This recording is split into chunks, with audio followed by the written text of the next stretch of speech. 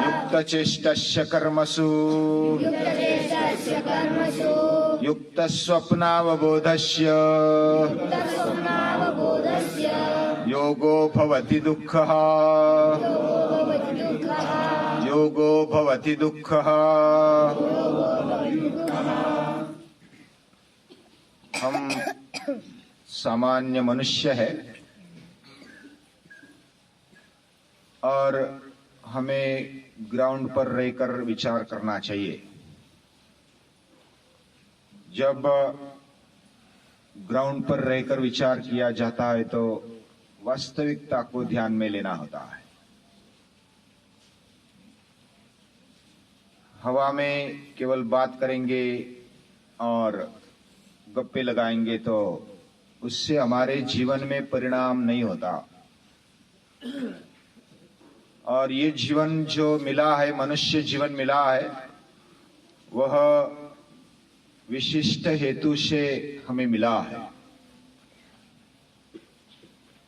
इस दुनिया में जो भी वस्तु, व्यक्ति या तो प्राणी मात्र बने हैं, जीव जीवाणु कीटाणु वृक्ष वनस्पतियां बनी है, वह कुछ विशिष्ट हेतु से बनी है।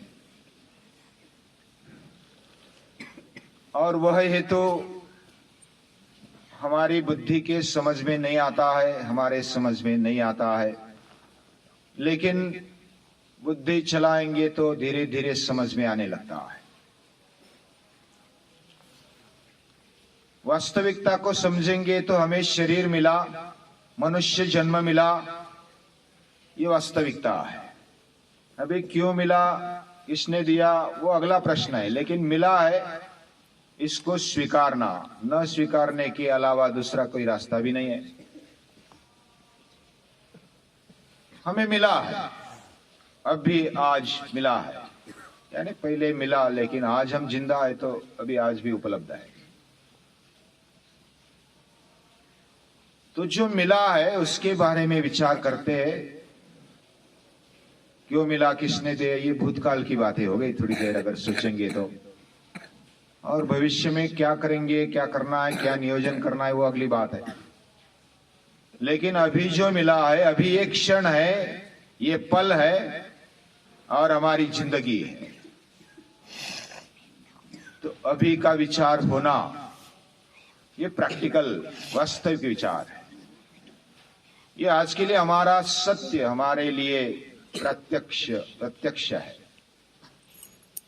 और इसको अगर विचार करेंगे तो हमारा शरीर इस समय स्वस्थ होना चाहिए और है। ये भगवान की कृपा है। स्वस्थ रखने के लिए शरीर ये पहला साथी है हमारा। शरीर में इंद्रियां भी है। जैसा बाह्य शरीर और इंद्रिय दिखते वैसे अंतर्गत शरीर भी है और इंद्रिया भी है। अंतर इंद्रिय बोलते हैं उसको, अंत शरीर, सूक्ष्म शरीर बोलते हैं। ये स्थूल शरीर और उसके अंदर सूक्ष्म शरीर है। और तीसरा भी एक शरीर माना जाता है, वो कारण शरीर। हमारा जो वास्तविक रूप है वह हम पहचान सकते हैं क्या? अगर नहीं पहचान सकते तो जो है, जो समझ में आता है उस पर काम करिए। हमें शरीर मिला, इंद्रिय मिले, मन भी उसके साथ काम कर रहा है, तो उसको कैसे स्वस्थ रखा जाए, ये आज की हमारी वास्तविकता है। ये विचार करने लायक है, ये प्रैक्टिकल विचार है। इसके लिए भगवान ये मार्गदर्शन करते हैं। हमने बहुत बार सुना है कि गीता में सभी प्रश्नों का, जीवन के बारे में जो भी प्रश्न है उसका उत्तर है। तो हमारा जीवन दुख रहित होना चाहिए, ये प्रश्न ध्यान में रखते हुए भगवान कृष्ण ने इसका उत्तर दिया। युक्ताहार विहारस्य युक्त चेष्टस्य कर्मसु युक्त स्वप्नावबोधस्य योगो भवति दुःखः। श्लोक 17 और अध्याय 6। उसके पहले एक श्लोक है, नात्यश्नतस्तु योगोस्ति न चैकांत मनश्नतः न चाति स्वप्नशीलस्य जागृतो नैव चार्जुन। इसका ही उल्टी भाषा में बताया।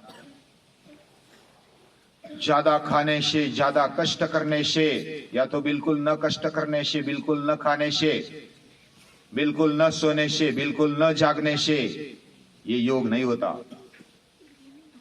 योग्य आहार से, योग्य विहार से, योग्य मेहनत से, योग्य निद्रा, योग्य जागृतावस्था, इसका जब बैलेंस होगा, संतुलन होगा, तो ये जो योग है वह दुख हारक, दुखम हारयति सा दुखा, ऐसा योग भगवान ने बताया।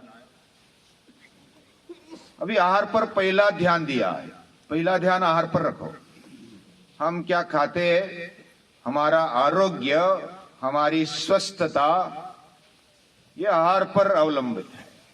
और केवल स्वस्थता शरीर की ही नहीं, हमारे मन की स्वस्थता भी आहार पर ही निर्भर है। जैसा खाए अन्न वैसा होता मन, ऐसे हमारे महापुरुष कहते हैं। तो हमने जो भी खाया उसका परिणाम होता है, और वह परिणाम हमारे मन को बनाता है। अभी बचपन से जो हमने खाया, जिस हेतु से, जिस विचार से खाया, उसका भी परिणाम होता है। और जो स्थूलतया अगर देखते हैं तो हमारा शरीर बीमार कब पड़ता है? आयुर्वेद में कहा गया, हमारे पूर्वजों ने कहा, मलएव मनुष्यानाम रोगानाम मूल कारणम। मल मनुष्य के रोग का मूल कारण है। जो हम खाते हैं, कचरा यानी मल खाते हैं, पीते हैं, हम जो भी अंदर डालते हैं, अंदर डालने के लिए मुख है, नासिका है, ये दो ही है। बाकी अंदर चीज डालने के लिए तीसरा कुछ दिखाई नहीं देता। बाकी कान है, नाक है, आंखें, नाक से हम लेते, सांस लेते, आंख से कुछ नहीं लेते, कान से कुछ नहीं लेते, आवाज लेते, नेत्र से दृष्टि हमारी चलती है और हम रूप ले लेते हैं। लेकिन ये अव्यक्त है, यानी दिखाई नहीं देता, सूक्ष्म है। और जो हम प्रत्यक्ष रूप में लेते स्थूलतया, वह है हवा, पानी और अन्न। इसको अगर कचरे सहित लेते हैं तो फिल्टरेशन व्यवस्था हमारे अंदर है। लेकिन अगर ज्यादा लेते हैं तो लोड आ जाता है, पचन संस्था पर लोड आ जाता है, और इतना लोड आ जाता है कि वो उसके ही काम में भगवान को समय देना पड़ता है, वही कार्य। यानी हम सतत उसमें डालते रहेंगे। समझो कि एक डिब्बे में हम सतत डालते रहेंगे, उसको कभी भी स्वच्छ नहीं करेंगे या तो खाली नहीं करेंगे, तो जैसा कचरा जमेगा, सड़ना चालू होगा, वैसा ही हमारे शरीर में होता है। सुन रहे हैं ना? हाँ श्रीवत्सा, सुन रहे हैं ना? तो हमारे शरीर में कचरा डब्बा बनाना है क्या शरीर का? हम डालते रहेंगे, और खाली भी नहीं होता तो ऊपर से डालते हैं। ये मल है, कचरा है। थोड़ी देर अगर 4-8 घंटे दाल रखेंगे तो उसमें बुलबुले आने लगते हैं, सफेद बुरशी आने लगती है, और गंदगी भी आने लगती है। 12, 15, 24 घंटे में तो गंदगी आने लगती है। हमारे शरीर में भी अगर हम अन्न ऐसा ज्यादा देर तक नहीं पचा पाएंगे तो वो सड़ना शुरू हो जाता है, और उसमें से गैस निकलती है, विजातीय वायु। जो हमारे जीवन को आवश्यक नहीं होते वो वायु निकलते, वो इधर उधर हमारे शरीर में फैलते, बाहर निकल जाते तो अच्छी बात है, ऊपर से नीचे से बाहर निकलते गैस। लेकिन जो निकलता नहीं वो माथे में घुस जाता है, जॉइंट्स में घुस जाता है, अर्थराइटिस होता है, माथा दुखने लगता है, माइग्रेन होता है, बहुत सारी बीमारियां इसी से हो जाती है। बीपी पहली बीमारी है पित्त, यानी एसिडिटी का ज्यादा बढ़ना। ये बढ़ गया तो धीरे धीरे वेट बढ़ने लगता है। एसिडिटी को हम टेम्पररी मार देते हैं, उस पर कुछ दूध लिया, दवा ले ली, उसको थोड़ी देर शांत कर दिया। अभी जो भड़कता है, जो भूख लगती है ना हमें, बहुत सारी अब भूख जो है पित्त की भूख होती है, और माथा दुखने लगता है। जिसका माथा दुखने लगा भूख के कारण, इसका मतलब उसकी पित्त की भूख है। बिना माथा दुखे हमें भूख लगती है तो पानी से भी मिट जाती है, पानी से थोड़ी देर मिट जाती है।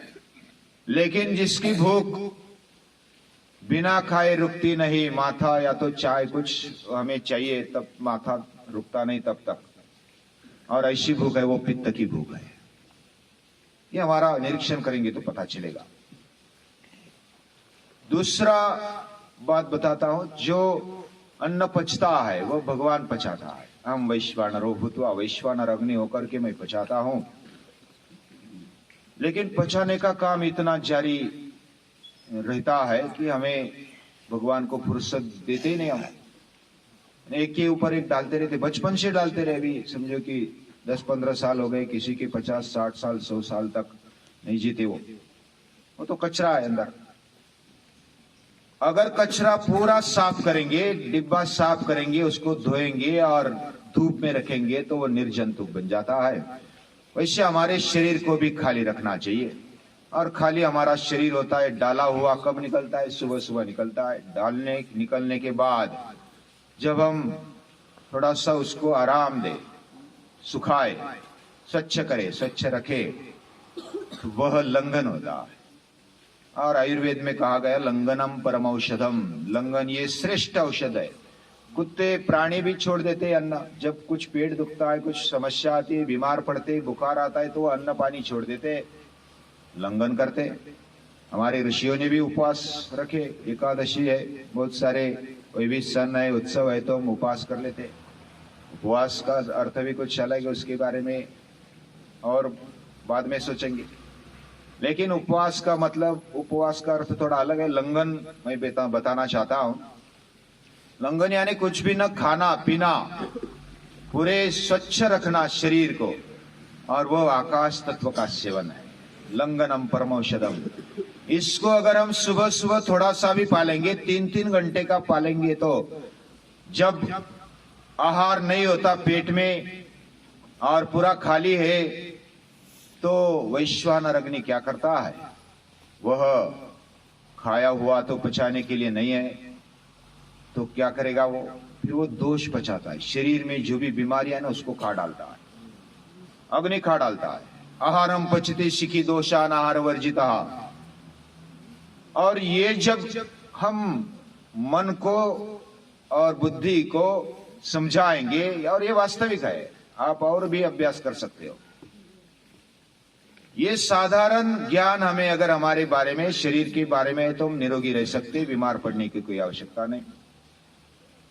3 बातें बताई मैंने। मलयो मनुष्यानाम रोगानाम मूल कारणम आहारम पचति शिखी दोषान आहार वर्जिता। आहार वर्जित स्थिति में अग्नि क्या करता है? दोषों को, रोगों को पचाता है। और तीसरा है लंघनम परम औषधम। लंघन ये परम श्रेष्ठ ऐसा औषध है।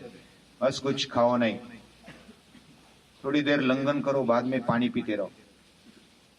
ये पानी औषधि भी है। पानी सबसे उत्तम औषधि, लंघन उससे भी बढ़िया औषध है। ये शरीर को निरोगी रखने के लिए आहार, योग्य आहार होना चाहिए। ये बात मैं बताना चाहता हूं। दूसरी बात गीता ने बताई, योग्य विहार होना चाहिए। हमारे इंद्रियों के व्यवहार कैसे हो? योग्य व्यवहार हो। ज्ञानेन्द्रिय, पंच कर्मेंद्रिय है, ये 10 इंद्रियों से जो भी व्यवहार होते हैं वो मन को साथ में लेकर होते हैं।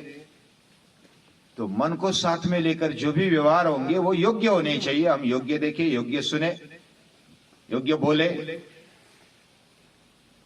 भी दुनिया में बहुत सारा है, क्या लेना क्या नहीं लेना हमारे मन के ऊपर है। हमारा जीवन अभी दूसरा क्या करता है ये हमारे हाथ में नहीं होता पूरा। बुरा यानी कुछ नहीं होता। हमारे हाथ में क्या है, हम क्या करेंगे, मैं क्या करूंगा, ये मेरे हाथ में। तो जो मेरे हाथ में उस पर मेहनत होनी चाहिए, जो कर सकते हो सकता है। और यही बात गीता बताती, उद्धरेदात्मनात्मानम। और अपने आप को कम मत समझो, नात्मानम अवसादयेत। अगर ये नहीं करेंगे, हम अपने आप को नहीं बदलेंगे, आत्मैव आत्मनो बंधुर आत्मैव रिपुरात्मना, दूसरी पंक्ति उसके लिए बताई। हम अपने अगर सुनते हैं, हमारे पर मेहनत करते हैं तो हम अपने बंधु है। अगर नहीं मानते अपने आप को, अपने अंदर को नहीं समझते तो हम अपने आप के शत्रु है। ये गीता बताती, मैं नहीं बताता। तो योग्य विहार होना चाहिए, योग्य व्यवहार होने चाहिए। हमसे सबसे पहले मुलाकात हमारे खुद से होनी चाहिए। शुरुआत, दिन की शुरुआत किससे करें? इसलिए इकट्ठा बैठे, एक अकेला बैठे, 5 मिनट बैठे दिन में सुबह होते ही, और अपने आप से बात करें। प्रार्थना में शाम को, सुबह, दोपहर, जैसा समय मिलेगा अपने आप से बात करो। बड़े से मत करो, पागल कहेंगे लोग। अंदर ही अंदर बैठो, करो। ये अपने आप से बात है। और हमसे बढ़िया महत्वपूर्ण इस दुनिया में कोई है?